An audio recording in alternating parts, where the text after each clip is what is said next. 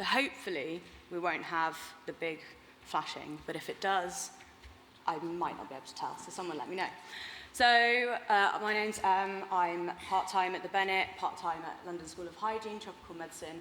I've been doing my PhD for the last couple of years using OpenSafely, and one of the tools that's very key for OpenSafely is OpenCodelists. So I'm going to talk to you a little bit about OpenCodelists, and then John's going to give a demo. So before we can talk about OpenCodelists, we have to talk about codelists. And before we can talk about codelists, we have to talk about codes. Codes are clinical codes that correspond to events like diagnoses, medications, onward referrals, tests, and they can be used, they are designed for sort of administrative purposes like billing, monitoring, safety. But we can use them as researchers to analyze certain conditions and characteristics. For example, here we can see some codes for hypertension and blood pressure. These can then be collated into a list of clinical codes where we can decide which codes are relevant and which codes aren't. This can create some issues because you need to be really careful about what codes you're including and not including so that you're answering your research question appropriately. So once you've decided that you want to use a code list, how do we actually go about using them? Well, this is where OpenCodelists can come in, and we can use that to look for existing code lists. And these are integrated, OpenCodelists is integrated into OpenSafely so that any of the code lists that are on OpenCodelists can be used for your analyses. But then how do we build them? If you can't find one that already exists, or you want to change one that exists, how can you actually go about doing that? Well, this is what John is going to show us. Hopefully, that also works. Thanks, Sam. Hi, everyone. I'm John. I'm a researcher turned software engineer at the Bennett Institute, and I'm going to try and show you a little bit of a run through OpenCodelists. So, as Em says, a good quality code list is foundational to good quality EHR research. If you get your code list wrong, every piece of analysis you build on top of that will also be completely wrong. So here's OpenCodelists. Let's start by creating a code list. Let's look for example, the clinical symptom of breathlessness. So we're going to call our code list, if I could spell correctly, that would help. Breathlessness. I don't like this keyboard. Down here, we've got a coding system, so it would be lovely if everything was all in the same coding system. You may know SNOMED-CT, DM&D has been mentioned today, BNF. All of these have their uses in particular clinical niches, but unfortunately they don't all fully cover each other's purposes. So to do a study, you're probably going to have to familiarize yourself with at least probably 2 coding systems. Let's pick SNOMED-CT, as that's the best one for clinical events and diagnoses in UK primary care EHRs. Create a draft code list. Huzzah. Right, we're at the screen. We call this the builder screen. This is an interactive environment you can use to compile a new code list. If you are a massive nerd and you have internalized all of the SNOMED-CT hierarchy and you know exactly which clinical code you're looking for, well, you can put it straight in the box and you're on your way. For the rest of us mere mortals, we can search by words. So let's put in breathlessness here. And what this is doing is scanning through the tremendously massive hierarchy of clinical concepts that is SNOMED-CT, and is finding anything that has the word breathlessness associated with it. So if we're only interested in the kind of clinical finding of breathlessness, we might not want the concept of an assessment scale. That's probably not going to appear in a record. Well, these things aren't necessarily breathlessness themselves. That's anxiety about breathlessness. We can take that one out, and we can take difficulty eating. Aha, we hit pay dirt. Dyspnea seems to be the bit of the hierarchy that all these breathlessness concepts sits under. So we're going to pick breathlessness here, and you can see all of its kind of child concepts beneath it are included in grey, so those are implicitly included. So what I've said here is I want everything down the tree from there. But let's have a double check that we do actually want everything down the tree from there. Let's say hypothetically we are doing some sort of comparative study with people who've suffered from COVID-19 and those don't. We may wish to exclude specifically COVID-19 breathlessness that's attributed to having COVID-19 from our study. So I hope you can all see that on the screen, but this one here's got a little blue minus next to it. So now this, when we export our code list from this, it'll be excluded. Other smart people in the room might have noticed that I searched the word breathlessness, but everything here's dyspnea.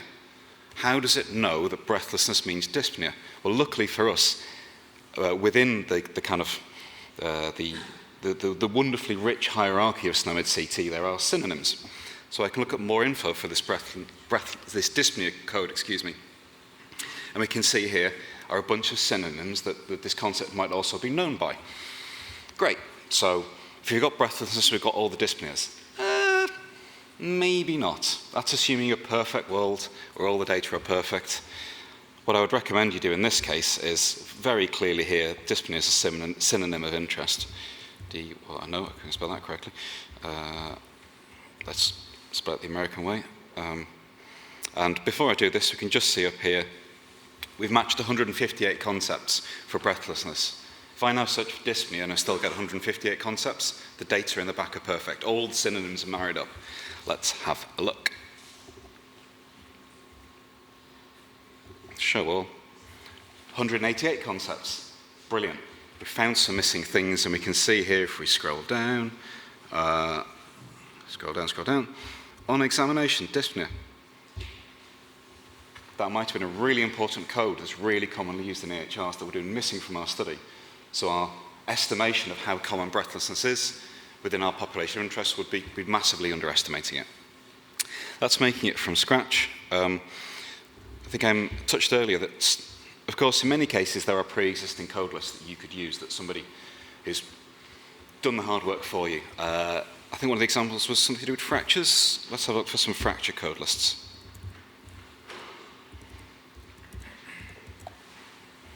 Cool.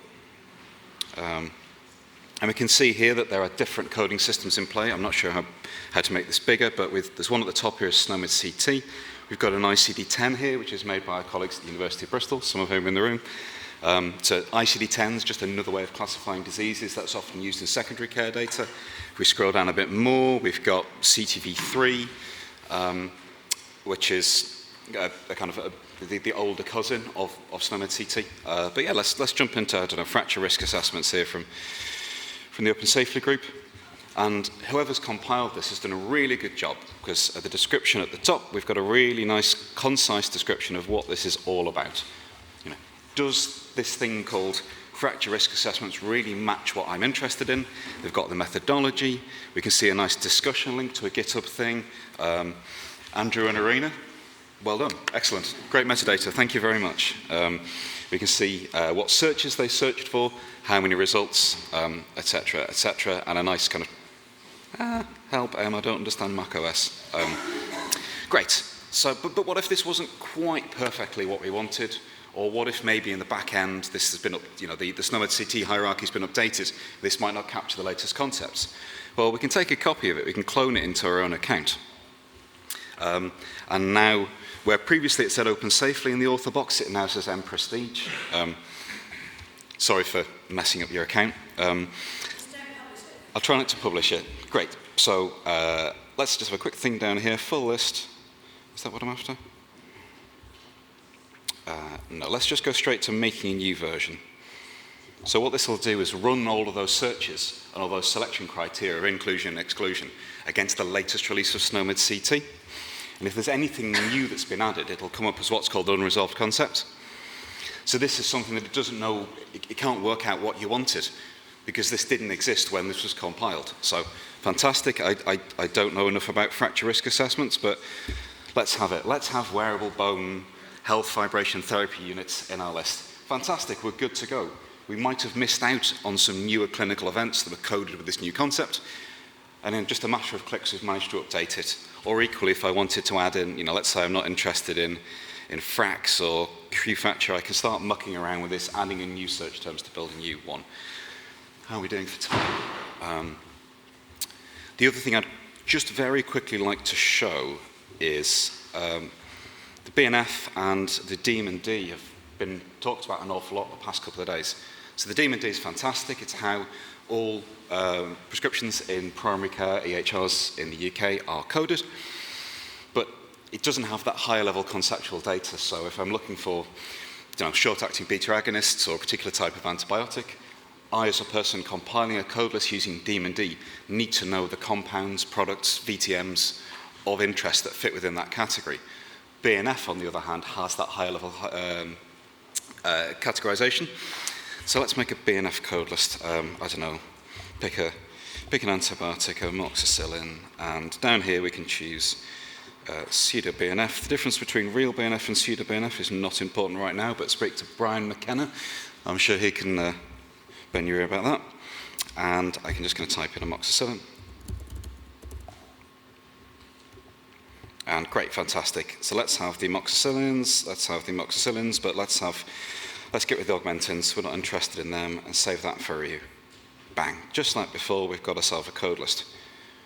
But I want to use this in Open Safely to find primary care prescriptions, which are coded as DMD. Well, there's another button. Convert to DMD. And there we go. I've got ourselves a nice DMD code list, which has used the mapping data from BNF to DMD. Again, assuming a perfect world and perfect data would be ready to go. Alas, alas, alas. There is a bit of a time delay between the publication of the BNF to DMD mappings, and the DMD. The DMD comes out every week. It's a very rapidly changing data set. So because of that lag, we would now have to kind of go in and edit our code list to, I'm guessing Dowell Hurst have got the latest and greatest generic amoxicillin on the market, and that's in the DMD, but it's not in our mapping file, so we'd have to correct that before use. I think I've probably waffled on enough about OpenCodelists. Again, there's drop-in sessions later today if you want some advice or ask any questions. Thank you very much.